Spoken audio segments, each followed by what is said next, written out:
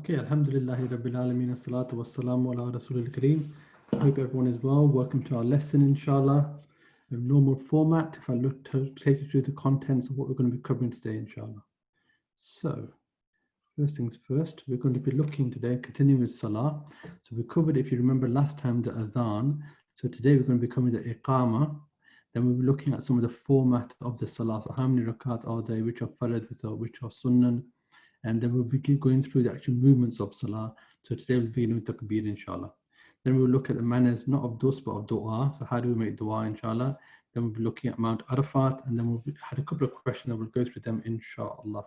So let me begin and ask you, first of all, what is Iqamah? What is the Iqamah? That's the first question for you guys.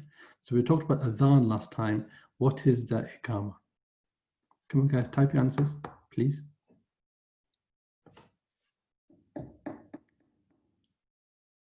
Okay, there's a couple of answers here. Let's have a look. So we're saying, well done, Muhammad. The thing that said after the Adhan, yes. What you say directly before prayer, that's it, Shakila. Well done. So really what you say directly before prayer. So it is correct to say it's called after the Adhan, but the Adhan marks the beginning of the prayer time. So for example, take Salatul Zuhr. The Salatul Zuhr time might begin at 1 o'clock. So the time of Adhan is 1, but then the Jamaat is prayed at 1:30. So the time of Iqamah is 1:30. So at 1:30, everyone knows the prayer is absolutely, we need to stop now, voluntary prayers, which actually join the Salah. But you can actually, start praying the Zuhr for when the Adhan is called. So the Adhan is called at 1 o'clock. You can start praying the Zuhr from that time. But the Iqamah is normally what's called in the masjid to say now is the time for the Jamaat prayers. Okay? This is what is the Iqamah. And so before we come to the next slide then, what is the additional wording of the Iqamah? So the wording of the Iqamah is very similar to the Adhan, except there's one line that is different. What is that? What is the line? What does it mean in English? That's the question. What the additional line of the Iqamah, what does it mean? So Adhan, the Iqamah has very similar words to the Adhan, but there's one different line. So I'm asking you, what is the meaning of that line? Okay, so we've got one answer. Let's have a look if you're correct. Hasten to prayer. No, Jazakallah khair, Hassan. Hasten to prayer is hayya la salah, come to prayer. Okay, hayya la falah, come to success. Hasten, that's fine. But that's not actually what the additional wording in the Iqamah. Qad aqamatis salah. Yeah, indeed the prayer is established. Well done, Muhammad and Ibrahim. So you're both right that the prayer is established. So let's look at that, inshallah. Okay, so the Iqamah is the announcement of the start of the prayer. So now the prayer is actually beginning to begin. So the Adhan is the start of the beginning of the prayer time. So like I said, it could be 1 o'clock, but Iqamah is the start of the specific prayer. So in our example, 1:30. So the Iqamah might be called exactly at 1:30, upon which all voluntary prayer is abandoned and is done in a similar way to the Adhan. So if you're now praying your voluntary prayers, and the Iqamah is called, you should stop your voluntary prayers and join the Fard. Unless you're just about ending, you're in the Tashahhud and you're just completing your voluntary Salah, the Iqamah is called, you can comfortably, complete it and at the same time make the first rakat. Just quickly finish off your voluntary prayer and join the Salah. But if you've just started your Sunnah prayers, so for example, you're praying the 2 Sunnah before Dhuhr, just started and the Iqamah is called at that time, and there's no way you're going to make the first rakat, you stop your Sunnah prayer and you join your Fard Salah Iqamah. Okay, so the word in the Iqamah, Allahu Akbar, Allahu Akbar. Ashhadu an la ilaha illallah. Ashhadu anna Muhammadur Rasulullah. Hayya las-salah, hayya lal-falah. Qad qamatis salah, qad qamatis salah. Allahu Akbar, Allahu Akbar, la ilaha illallah. So here it is, the prayer is established, the line in bold, qad qamatis salah, the prayer is established. I mean, that's it now, the time is about to start for prayer, the prayer is established. Now we understand the Adhan and we understand the Iqamah. And generally, the person who calls the Adhan also calls the Iqamah, generally. So what he'll do, he'll come and he'll stand right behind the Imam, because the best prayer in Salah, the best position in Salah is right behind the Imam, then on the right of the Imam, then the left of the Imam. So the best prayer, the best place is right behind the Imam. And generally the Mu'adhin, who's called the Adhan, he will call the Iqamah, he will stand up first of all, go to the place of Iqamah, stand there, and then the people will join him, and the Imam will step forward. It's time for Salah. And and then they start. Hassan, you asked a question, can the Imam call the Adhan and the Iqamah? Yes, he can. So for example, you go to the mosque and there's only two people and one person's new, or for example, he doesn't even know the words of the Adhan. For example, in that situation, the one who leads the prayer, he can call the Adhan, he can call the Iqamah, he can lead the Salah, no problem. But generally, it should be someone different. Okay, generally, it should be someone different. This is the Sunnah, this is the way, that a different person, but it's permissible for the person who leads the prayer to do all aspects of that, inshallah. Okay, this is the Iqamah. Let's move on to the next slide. Okay, the 5 obligatory prayers. Okay, a couple of questions. Tell me, what is the final prayer of the day and the night? What is the final prayer, please? What's the name of the final prayer? Okay. Okay, some quick fire answers. Isha, fine, that's an easy one. Okay, so let's start now. Okay, so when you look at the time of prayers, in most of them you can pray it till the next prayer starts. Okay, so you can pray your salah, let's say it's the time of whatever salah, until the next prayer starts. Except for in one of the salahs, you can't wait until the time of the next, so the prayer is not allowed. You can't say, right, I'll pray just before the next prayer starts. Which prayer is that? Which prayer is that? Elias, you raised your hand. Please, if you just type your answer, that'd be easier, inshallah. Yeah, so just straight into typing your hands. Fajr and Maghrib, yeah, but particularly Fajr. Maghrib, you can pray up to Isha, but you're absolutely right. You should pray as soon as you can. But particularly Fajr, you need to be really conscious of this. Let's look at that, inshallah. Okay, the 5 obligatory prayers should be performed according to this order. Fajr. This prayer is performed after the true dawn and is 2 rakats, and is prayed until the time for the prayer ends, when the first part of the sun becomes visible on the horizon. Okay, so let's just explain that. So what we're saying there, just before the sunrise. So you can't now go and pray Salatul Fajr right until the time of Dhuhr starts. There's a time called Shuruq, and the easiest way, if you've got a timetable, if you look at your timetable, it's quite interesting actually.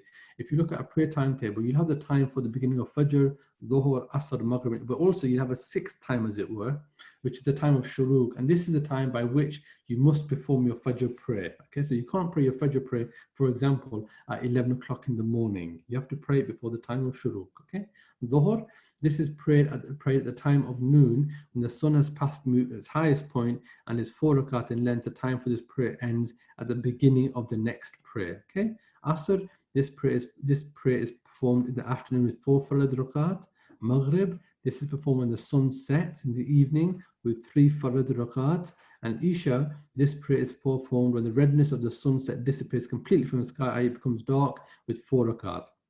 Okay, but it's important that it's highly encouraged to pray the prayer at the earliest time. Okay, so that's quite important. So what you shouldn't do is get into the habit of, for example, Dhuhr is 1 o'clock and Asr today, whatever time is 5:30. What you shouldn't do is get into the habit of praying Dhuhr rather at 5 o'clock every day. That's wrong. Of course, it happens to all of us. We're busy, maybe at work, or you've got school lectures or something, and it's different. It happens.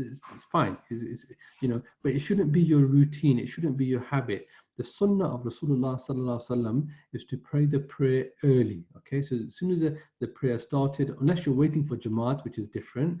But if you're not waiting for Jamaat, you're praying at home. As soon as the prayer starts, you should pray, inshallah, and that's good. That's a good habit to get into.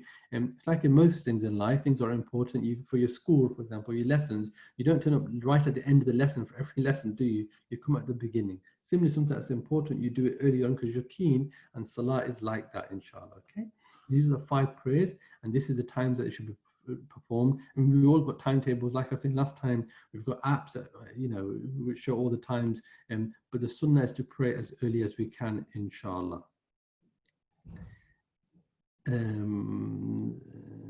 Yeah, I mean, Bilal's making a point. I was searching the time for dawn, which was about 4 a.m.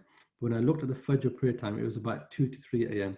Yeah, I mean, I think it's a fair point, Bilal. A lot of mosques have different timetables. I think that's fair to say, okay? And then, we get a lot of confusion, particularly on Ramadan time as well. So easiest just to follow your local timetable, keep it simple. Follow it's the responsibility of the imams to make sure the timetable is correct. You follow them, you trust them, inshallah, and you leave it at that. And sometimes we can start checking on BBC and look at it, and it starts to get a bit over. I think it's just easy. It's far easier to use a timetable, to trust it and stick with that, inshallah.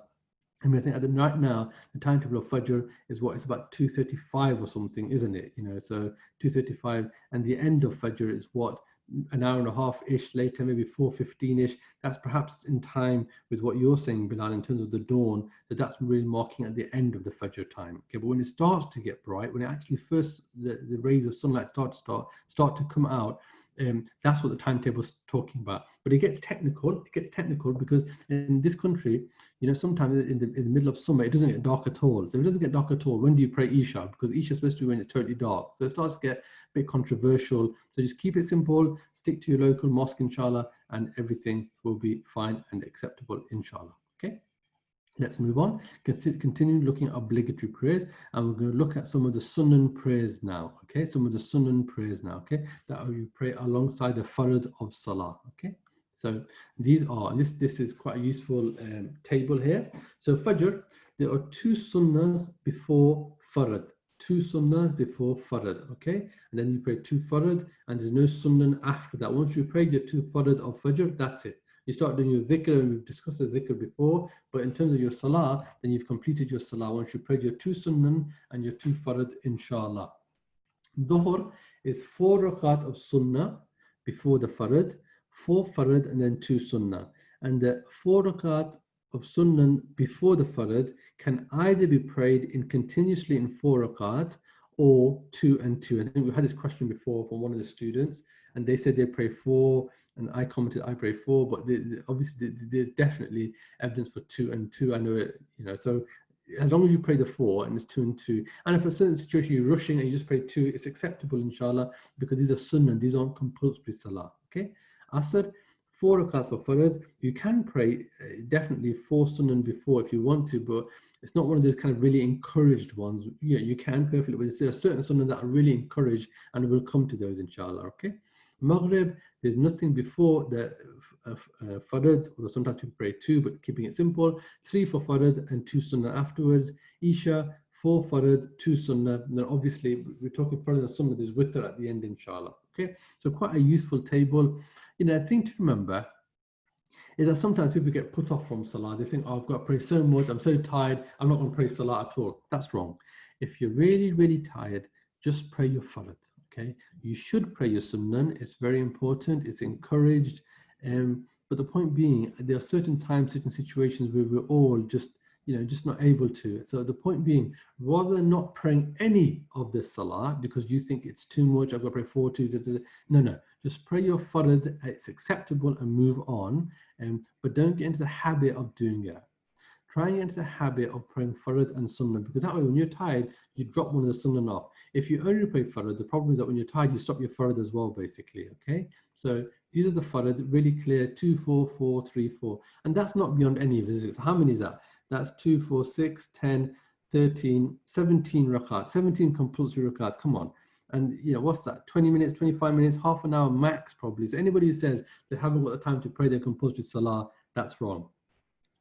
If you can turn the videos off, please, and that would be helpful. So the point being, if anybody says that they haven't got the time to pray their compulsory salah, then really that's an exaggeration, because all of us can spare 25 minutes, half an hour to pray our salah, inshallah. So please make the effort, particularly for farad, and try your hardest to pray the sunnah, inshallah. Okay, let's move on. Just 1 second. Jazakallah khair, Hassan. You're saying if you don't pray sunnah for a whole year, you miss 4,368 rakat, inshallah. Okay, so very good.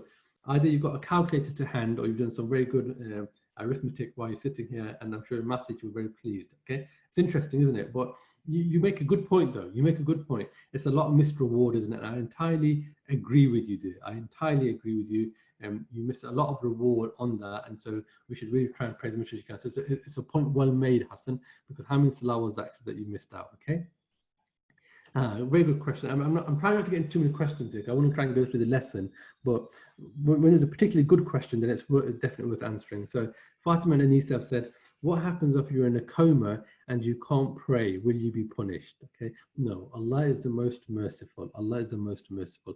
So, if you can't pray because it's out of your control, then you're forgiven. Allah will not hold you to account for that. And then what will happen? What really matters is what were you doing before? May Allah prevent it. You're in the coma. So if you were praying before, then you'll continue to get the reward because that was your intention. That you wanted to do it, that was your intention. It is something out of your hands. If you weren't praying before, well then, will you be punished? Well, you'll be held accountable certainly for the ones that you were missing before the salah.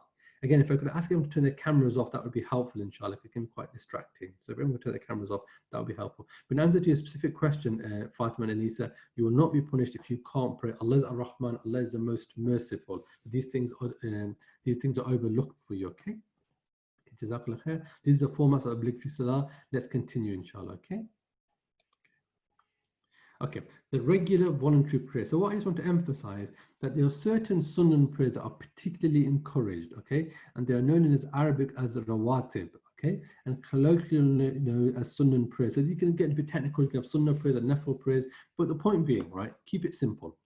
The Farad Salat, we've described how much Farad number of rakat, Fajr is 2, Zuhur is 4, Asr is 4, Maghrib is 3, Isha is 4. That's the first, number one priority. Then after that, when you start to look at your sunnah prayers, the ones that are strongly, particularly encouraged are the 2 rakat for Fajr, the 2 sets of 2, which we said obviously total 4 before the Dhuhr, the 2 after Dhuhr, the 2 rakats after Maghrib, and the 2 after Isha. That's 12 rakat. And Rasulullah said, whoever prays 12 rakats during the day and night, a house will be built for him in Jannah. 4 before Dhuhr, 2 after, 2 rakats after Maghrib, 2 rakats after Isha, and 2 rakats before Fajr. So hadith in Nasa'i. So this is the sunnah. If you're able to pray more, do these. So, and also witr. Witr is really important. So priority-wise, Farad first of all, okay? The 3 witr really high up there. Rasulullah never used to praise witr. So make sure you do them. And the 2 before, 2 rakats for Fajr and 2 after Maghrib. So these are really, so priority-wise, we're saying Farad first of all, easy. Witr, 3 rakats. If you're really tired, you can pray 1, but the sunnah is 3. So try your hardest to pray 3, but you can pray 1. Okay. So next, then sunnah, particularly the 2 before Fajr and the 2 after Maghrib. Then the 12 sunnah, these which include the Fajr ones and the Maghrib, and finally the ones in the previous slide. So, build yourself up. First of all, doing your farad, make sure you do your witr, make sure you do the sunnah, these 12 sunnah, and then move on from there, inshallah. Okay, so I hope that's pretty clear to you all. Let us move on. And let's continue to look after the voluntary prayers. So Rasulullah said, or rather, we'll come to hadith in a second. Let's just look at the commentary.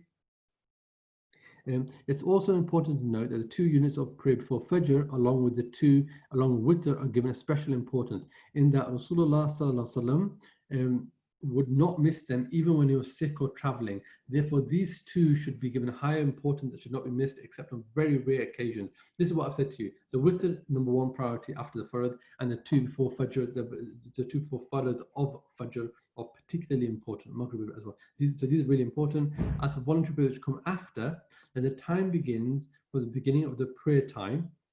Sorry, as for those voluntary prayers which come before, the time begins from the beginning of the prayer time, usually signified by the adhan, until the end of the iqamah. As for those voluntary prayers which come after, their time is from the end of the compulsory prayer until the time for that prayer ends. So let's look at Dhuhr now, right? So we said Dhuhr starts at 1, Asr starts at 5, and the iqamah for Dhuhr is 1:30. So the 4 rakats of Sunnah for Dhuhr before the Farad are prayed between 1 and 1:30. Got it? Because you're praying the Farad at 1:30. So the Sunnah are prayed before, from the beginning of the time, which was 1, up to when the Farad starts, which is 1:30. Fine. You then pray your Farad, and then you can pray your Sunnah up to the time of Asr. But ideally, it's recommended for you to pray as soon as you've done your Farad. Don't walk away then and say, I'll pray. No. Immediately you've done your Farad, pray your Sunnah after. That is the Sunnah, to pray your Sunnah straight after your Farad, inshallah. Okay? And so this is how the Salah timings work. As for the voluntary prayers come after, we said it's until the time the prayer ends. Okay, but try and pray them all together if you can, inshallah. So these are the regular voluntary prayers. So I hope you've got a better understanding of that now, inshallah. Okay, let's move on. Okay, Shakila is saying, what's the difference between farad and nafil? Okay, so listen, keeping it simple, Sunnah and nafil, they're very interchangeable words, okay? But farad, first of all, understand first of all, the farad is compulsory. You have to pray that. Okay, Shakila, let's keep it really simple. Let's understand farad first of all. So, first thing is farad. We've described that the 17 rakats, i.e., the 2 for Fajr, 4 for Dhuhr, 4 for Asr, 3 for Maghrib, and 4 for Isha. These are farad. After that, some scholars split between sunnah and nafil. But the sunnah, just call it sunnah if you want to, and then we prioritize that. So the most important ones are the witr, like we said, the 2 rakats before the fajr, along with maghrib, those 12 rakats. And after that, really, you can do as many like nafil. You can pray. Nafil means essentially you can pray whenever you want to. So you can go away. And for example, after Dhuhr, after you pray the sunnah, you want to pray more. It's nafil, it's voluntary prayers. Nafil means entirely voluntary. You can pray as much as you want to. Whereas the sunnah is specifically that we've described them in the previous slide. So let me example here. So really, these are what we would say are the sunnah prayers. Okay, so farad, clear, sunnah, clear, and then kind of outside of that, if you want to do nafil as many more as you want, basically, you go ahead and do it. It's good for you. You get the reward for doing it, inshallah. Okay, so I hope that clarifies. But don't overcomplicate things, right? Do the farad, most important, really clear. Do the sunnah that we've got on this chart, really clear. If you want to do more than that and you're able to do more, nawafil, fine, you go ahead and do that, inshallah. Okay, but like I said, don't make these things difficult. Don't overcomplicate. Farad, I know them now. Sunnah, as per this table, I know them now. On top of that, and you know, there are different scholars, you all have different interpretations, but just keep it simple, and that should be sufficient for you, inshallah. Okay. Thumbs up, Musa. It's encouraging. Alhamdulillah. All right, okay, let's continue. Right, so now we're going to go on to Takbir al-Ihram, the opening Takbir of Salah. So now look, we've looked at the Salah. Now for the next few lessons, we're actually going to go through the prayer. So, you know, I'm sure you're thinking, yes, I know how to pray. I'm sure you do, but it's useful for myself and for you to have a reminder, inshallah. So, the prayer begins with Takbiratul Ihram. Okay, so the first takbir you should know is Allahu Akbar. It's called Takbiratul Ihram. Refers to the first time that the praying person says Takbir, Allahu Akbar, raising their hands between the shoulder and ear levels with palms facing out. Outwards in order to begin the prayer. Okay, we'll just continue. The word Ihram is a derivative of the Arabic word for forbidden, referring to the fact that many things that were permissible prior to the action become forbidden for the duration of the prayer. So my question to my young students is, when you commonly hear the word ihram, in what context have you heard the word ihram before? In which context have you heard the word ihram before? Okay.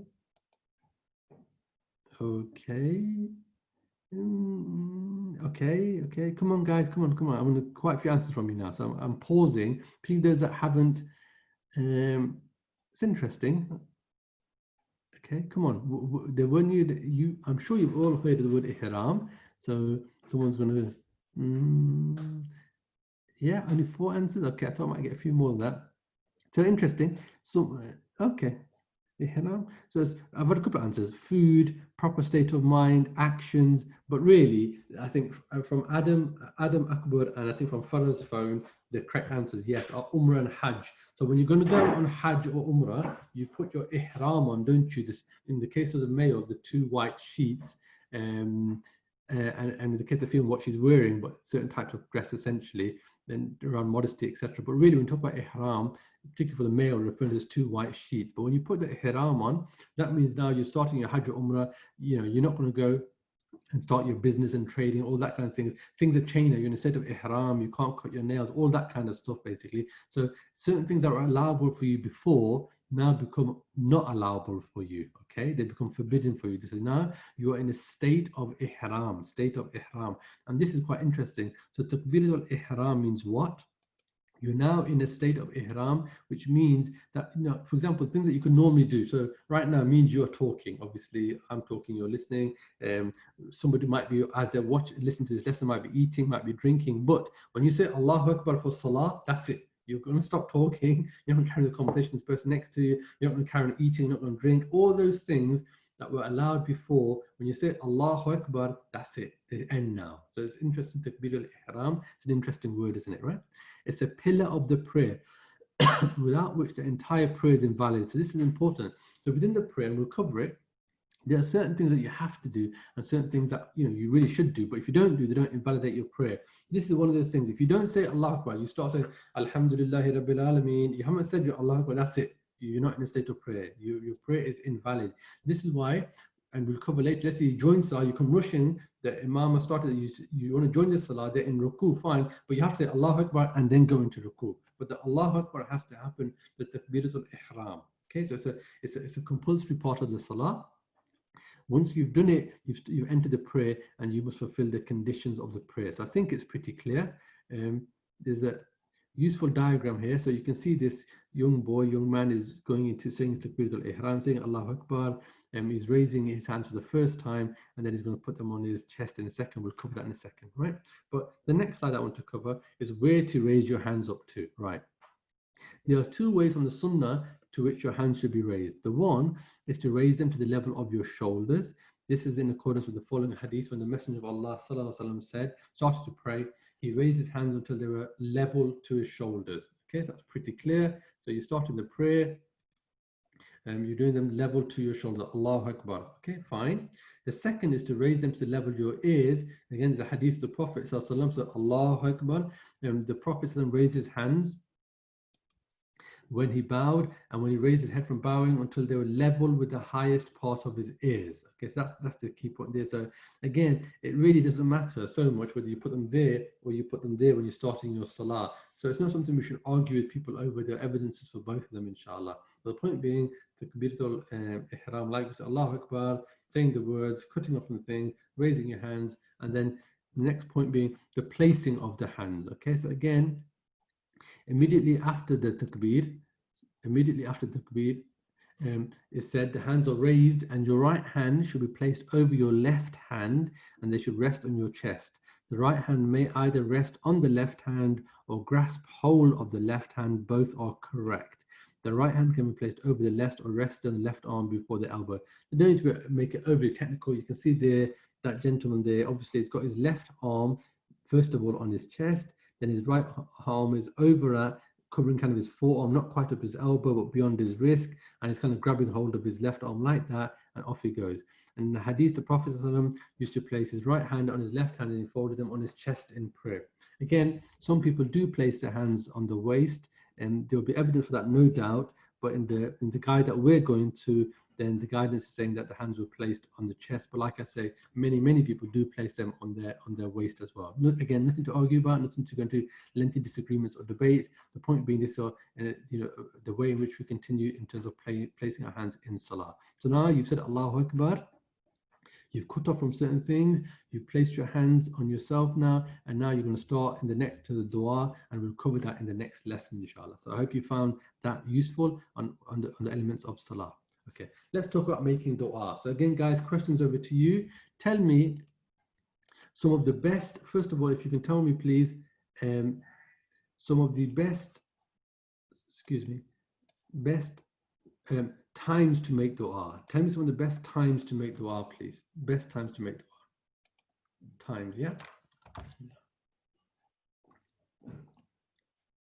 Yep, after salah, very good. Okay, well, hang on, guys, you're firing. Okay, in sujood, yes. When it's raining, yes. Before you break your fast in Ramadan, yes.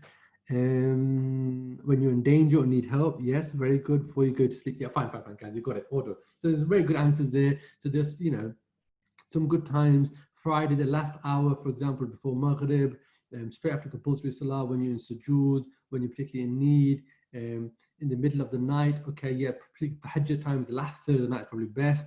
When no one is there, yeah, call upon your Lord in secret and humility. So alhamdulillah, good answers basically, mashallah, well done there. So now can I ask you some of the etiquettes of dua? So what are good, what I'm not asking you is what things to make dua for. What I'm asking you is that when you're making dua, do you just start saying, oh Allah, give me help in my exams? Or are there certain ways that can strengthen your dua? That's what I'm asking you. Etiquettes, mannerisms, ways of making dua. Very good, Shakila. Praising Allah and the Prophet ﷺ, that's absolutely right. Yeah, Hassan said the same thing. Well done. Compliment him. Yeah, mentioning Allah's names. Very good. Yeah, well done. Asiya, that's exactly what I was saying, using Allah's names. Thanking Allah. Very good. Shakila, being grateful to Allah, mentioning Allah's favors upon you. These are very good. Very good. So you've answered many of the things that I wanted to raise or that I was saying. You've already got there. That's really good, manners. Okay, so let's go over that. So, um, so we're talking praying for others. Yes, there's a beautiful hadith of the Prophet. So I was just reading it last night actually, because I was just doing some learning myself. That when a person makes a dua for his brother in their absence, and obviously it can mean sister as well, Allah sends an angel, right? And the angel says Ameen to that person's dua. Sends Ameen to that person's dua and says, may the same be for you. May the same be for you. Okay, so for example, maybe you've got a good friend, and you make dua for that friend, for example, and then, you know, in their absence, they don't know it, but the angel comes and says Ameen to your dua. And the angel, so for example, you say, oh Allah, my friend is going through difficulty in whatever situation, make things easy for him, you know, financial perhaps, okay? And the angels come say Ameen, and then the angels say, oh Allah, make things make things financially good for also for Shujat, who remembered his friend. So you see, so you know, it's a double blessing. Your friend is getting a blessing. The angel is saying Ameen to that dua, but also you yourself. Just really encouraged to do that, inshallah. Okay, so that was very good. So yeah, and I just came across, I mean, I've read it before, but I came across it yesterday, and it reminded me the importance of making dua for others. Let's continue, and we're looking at dua, inshallah. So, so first things first.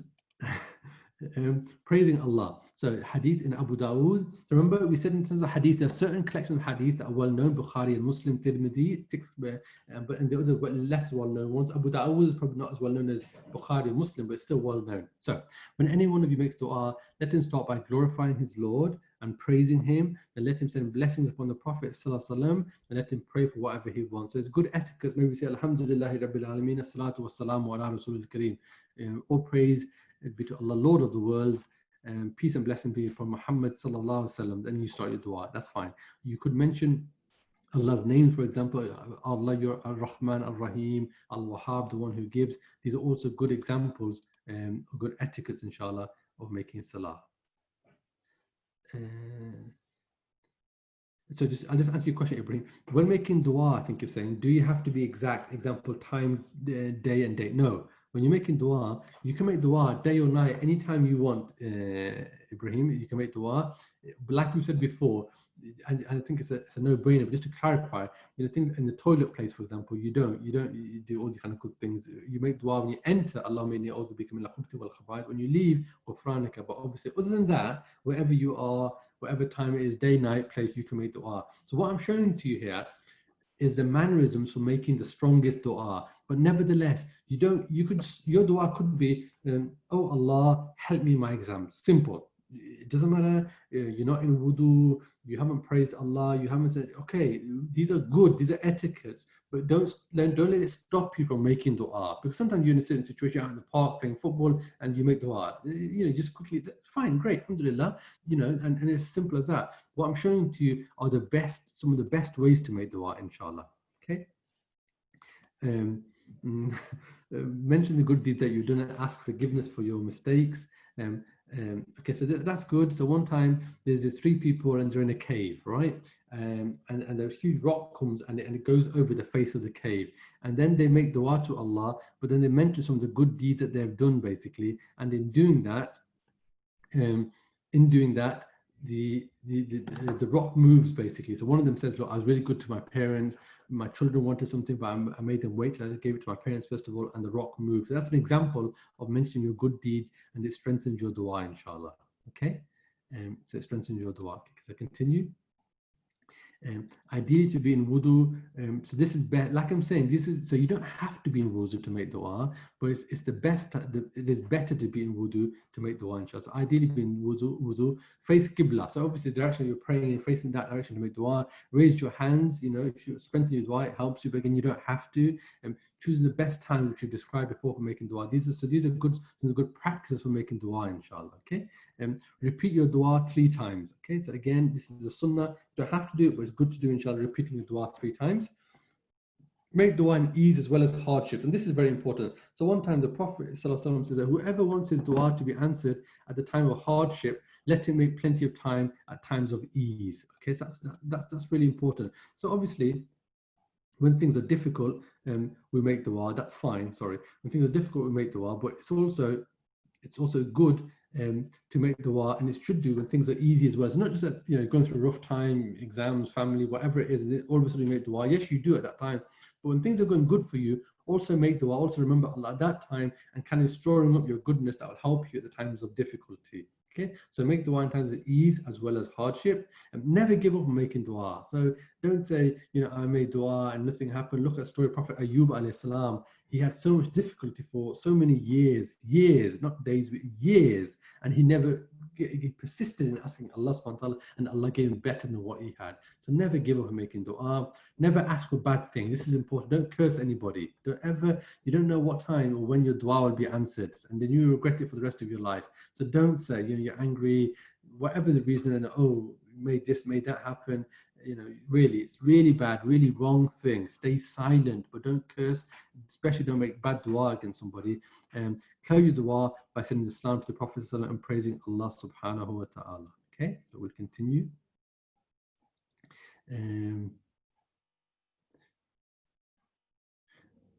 Okay, just very quickly. Okay, I mean, we're having quite a few questions. What I'll try and do is make a note of those questions and answer them in a proper manner in the next lesson, inshallah. Okay, so if there's any really quick ones, I'll try and answer them quickly. If not, I'll make a note of them, and I will make sure that I answer them properly next time, inshallah. I'm just conscious of time. I want to stick to our time limits, that we finish at 2:45, because I think that's important that we stick to that, inshallah. Okay, so let's move on. That's manners of making dua. And now we're going to cover the mountain of Arafat, the plains of Arafat. So again, quick fire, guys, tell me about the plains of Arafat. What is Arafat? What do you know about Arafat, inshallah? So let me hear some of your answers, please. Arafat. So I'm asking you. What is the plains of Arafat? What is the place? Where is it? What happened? What's the importance? Come on, Arafat. No Googling. So I'm going to give you 5 seconds for answers, please. Aha, we will be in the day of judgment. Very good, Shakila. Very good. Yes, there is a narration on that. Hold on. Hold on. That's where the judgment takes place. And Zamzam was discovered there in Arafat. I don't think so. Obviously, the wells of Zamzam, you know, we know that Abdul Muttalib and all the story, etc. When he had to go digging, whether they were at Arafat or not, I'm not sure. I'm not sure. But what's it normally to do with? What's it normally to do? When we talk about Arafat, what time of the year is it normally to do it? Well done. Sleep there on Hajj. Not so much to sleep there. You sleep in Mina normally and Muzdalifah one night, but you're absolutely right, Hassan. Well done, which is the point being about Hajj, inshallah. Okay, yeah, it's a couple on Hajj. So let's go through it, inshallah. So, standing on Arafat. So Arafat's like a plain. The plains of Arafat, it's got mountains as well. But standing on Arafat is an essential part of the Hajj. Whoever misses the standing on Arafat has missed Hajj, because the Prophet said Hajj is Arafat. So this is the importance of that place. You know, the whole of the pillar of Islam really revolves around, and there's many different actions to the Hajj, but those perhaps amongst the most important ones, if not the most important, is making sure you're at the plains of Arafat and you're making dua there. The hadith, the Prophet said, there is no days in which Allah sets free more souls from the fire of hellfire than the day of Arafat, and on that day Allah draws near to the earth, and by way of exhibiting his pride remarks to the angels, what is the desire of these, meaning servants of mine? So really, what's their dua, so I can answer the dua for them. So again, this shows the importance of this day, okay? And the day of Arafat is the 9th of Dhul Hijjah, and it's a day that those who are not doing the Hajj fast. Okay, so really, this is quite important because it's this month, you know, the 9th of Dhul Hijjah will be the end of July, essentially. So we'll be fasting towards the end of July, because as we know, Eid al-Adha is around the corner. So Eid al-Adha is less than a month now for Eid, inshallah. And the day of Arafat is just before the day of Eid. But we'll go over that in a future lesson, inshallah. Okay. This is the mountain of Arafat. We'll continue, and here, like we normally do, have a couple of pictures. So here we have all the people. This is one of the mountains at the plains of Arafat, inshallah. You can see all the people there. It doesn't seem to be Hajj time because people don't seem to be in a state of ihram, but obviously people go there, they're making dua in the time of Hajj. Here is much probably better, all dressed in white, inshallah. You can see all of the people gathered down together. Everyone is there trying to make dua to Allah subhanahu wa ta'ala. So really, it's an important day. Some very important ayat of Quran were revealed on that day. And the sermon of the Prophet, the Mount of Arafat, is a really, really important place in many different contexts and in many different ways, inshallah. Someone's asking, when is Eid? Again, like I'm saying, we'll cover this kind of stuff later on. We'll right at the end of this month, inshallah, right at the end of this month. Okay. Question. So we had a couple of questions, and so I'll try and just quickly skim over them, inshallah. And then obviously anyone that you guys are asking now, I'll make a note of and to pick up from next time. So somebody said effective ways to end addiction. Okay. So first of all, making dua, turning to Allah subhanahu wa ta'ala. I know it's a consistent one, but that's part of our religion, that you turn to Allah. You know, you strengthen yourself. You know, doing good deeds wipes away shaitan or sends shaitan away. And that's what addiction is, the whisperings of shaitan. So making dua, understanding consequences. So, you know, whatever your addiction is, normally it's something you're addicted to that is bad. May Allah prevent it, drinking alcohol, doing drugs, looking at inappropriate stuff. So you understand the consequences when you do. So if you understand the punishment of drinking alcohol, for example, the punishment of whatever your addiction is, if you understand the punishments of all of these kinds of what will happen to one who drinks alcohol and the intoxicant, all of it, then it will help you to end your addiction when you understand the harms that you're doing. Stay busy with other stuff. You know, obviously dini stuff, but other stuff, keep yourself busy, inshallah. Seek scholarly, family and professional help. This is very important. You know, Imam, sometimes people think that Imam can answer everything under the earth. No, sometimes you need professional help. You've got an addiction, for example.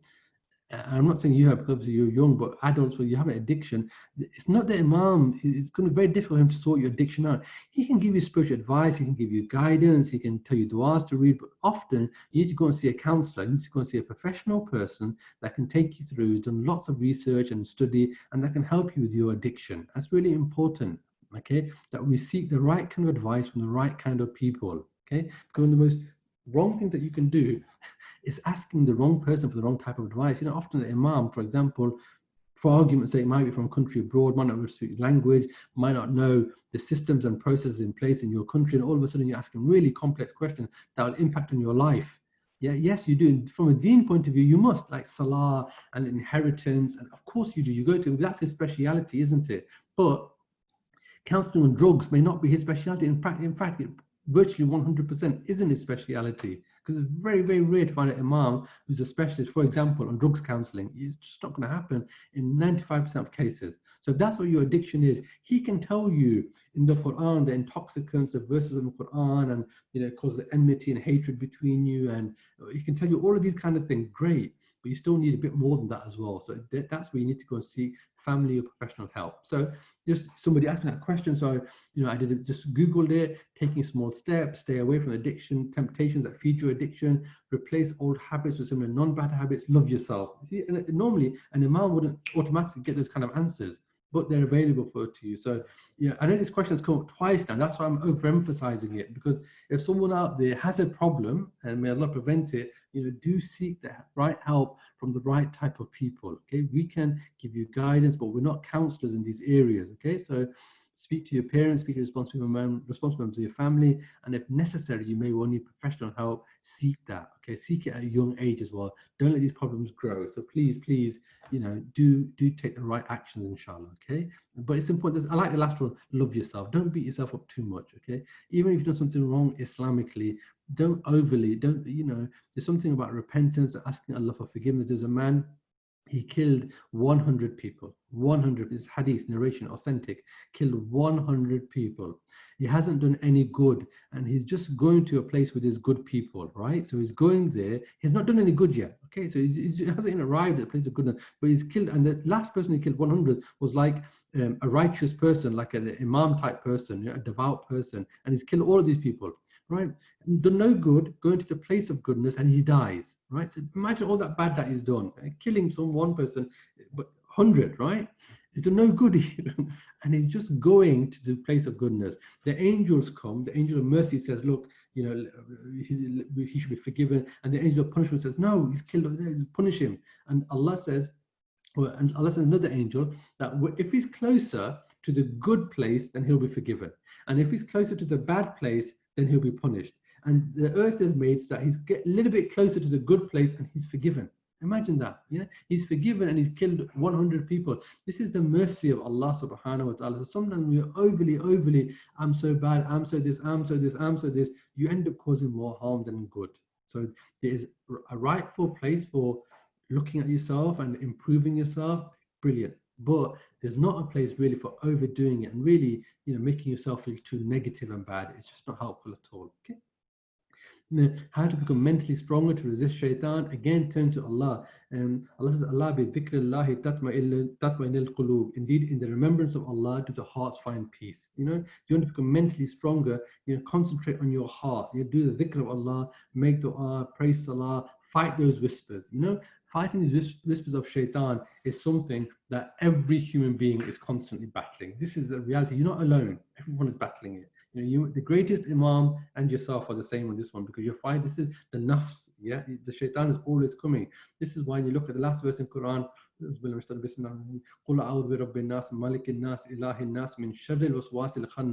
You seek refuge in God, the Lord of mankind, the King. From what? From the waswas, from the whisperings of shaitan. Imagine the whole surah, last surah of Quran. You told the Lord of mankind. From what are you seeking?